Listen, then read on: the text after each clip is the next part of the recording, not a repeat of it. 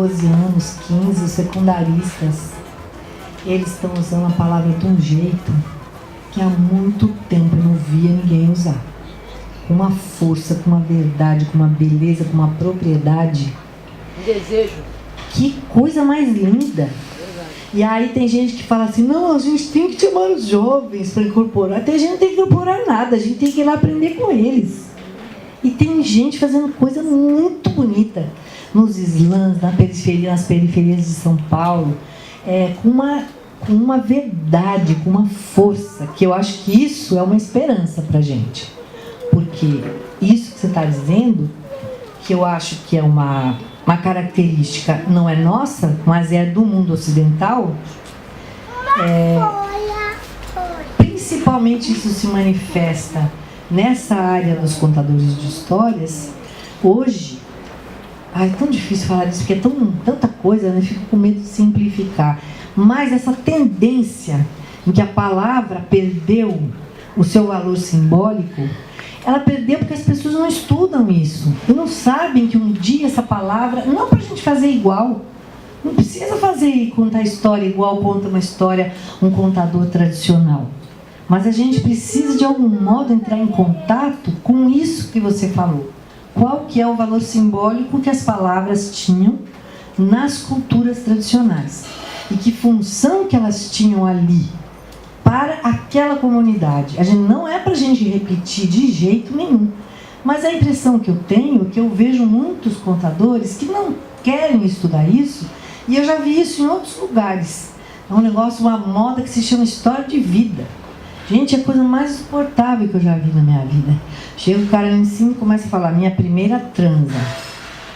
Quem está interessado em saber qual foi a primeira transa daquela pessoa? Mas conta como se fosse uma história, não passa de uma comédia em cima do palco. Essas pessoas que de algum modo dizem isso que você falou da função da palavra na cultura tradicional é coisa do passado, é coisa velha, embolorada, não me interessa, eu quero fazer uma coisa contemporânea. Não é coisa que estão falando que Paulo Freire é ultrapassado, gente. É assim, você não conhece, mas você fala que aquilo você não quer e você vai fazer uma coisa nova. Como você pode fazer uma coisa nova se você não está enraizado em alguma coisa que faz sentido, que tem um lugar dentro de uma cultura? A hora que você conhece, você pode não vou contar a história tradicional. Quero criar uma história minha, quero criar um trabalho de uma narrativa contemporânea, utilizando recursos contemporâneos. Tudo bem, eu estou generalizando, é ruim generalizar, porque eu estou deixando de lado muitas coisas. Mas eu estou embarcando nessa ideia que você chamou de vazio. Eu acho que é vazio de compreensão. E é de você compreender o que é que você está fazendo. E se, a partir do momento que você enraiza isso, de algum modo na sua experiência, você pode inventar o que você quiser.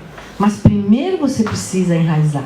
Precisa ter uma compreensão do que se trata isso. Contar história não é subir no palco e fazer palhaçada, não é fazer clown, não é contar a sua história. O primeiro dia que você cortou a unha do pé. Quem que interessa isso para alguém? E está tendo muito isso. Eu vi uma coisa absolutamente enfadonha. E eu acho que no Brasil está começando a aparecer isso também. E que, na verdade, eu gosto de usar um termo que não é eu que inventei, mas o Davi Copenau chama isso de povo da mercadoria. Eu acho incrível, porque está falando de pessoa.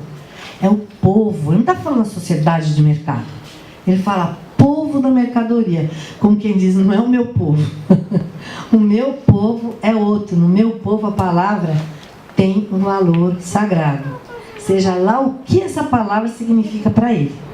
Não é a mesma coisa que significa para a gente, mas a gente entende que tem aí um conhecimento simbólico. Que a palavra tem essa função nas culturas tradicionais. E o povo da mercadoria, a história é um produto que vende no mercado. E pronto, acabou. E aí é vazio desse valor enraizado. E aí você vai falar, mas você é contra isso? Quem sou eu para ser contra qualquer coisa? Eu só sei que isso tem o seu lugar. Eu não vou. Aliás, eu vou, porque precisa conhecer. Mas o que quer dizer isso? Eu já estou falando coisa que não devo. Existe dentro da sociedade de mercado, ou do que ele chama de povo povo da mercadoria uma concepção do que é a história. Deixa, isso faz parte. Mas a cultura tradicional, e usando uma outra metáfora que eu gosto muito de usar, é como o mel das ânforas que foram encontradas, lá, o sarcófago, sei lá onde, como chama aqueles potes que foram encontrados pelos arqueólogos lá no Egito, de 4, 5, 10 mil anos. O mel que está lá dentro é bom de comer hoje. A hora que abriu aquele pote, aquele mel, imagina, foi colocado ali 5 mil anos atrás, e a gente não pode comer e o mel não está bom? Tá. É igualzinho a história. Que for os contos que foram transportados pelos contadores de histórias, que são os potes, até hoje. Então essa substância, ela está viva. Não é do passado, morreu a cultura tradicional, isso não interessa mais pra gente. A gente quer uma coisa contemporânea, ó, com tanta coisa acontecendo aí, você vai ficar com essas historinhas do tempo da carochinha. É uma compreensão equivocada de uma substância que atravessa os tempos da história.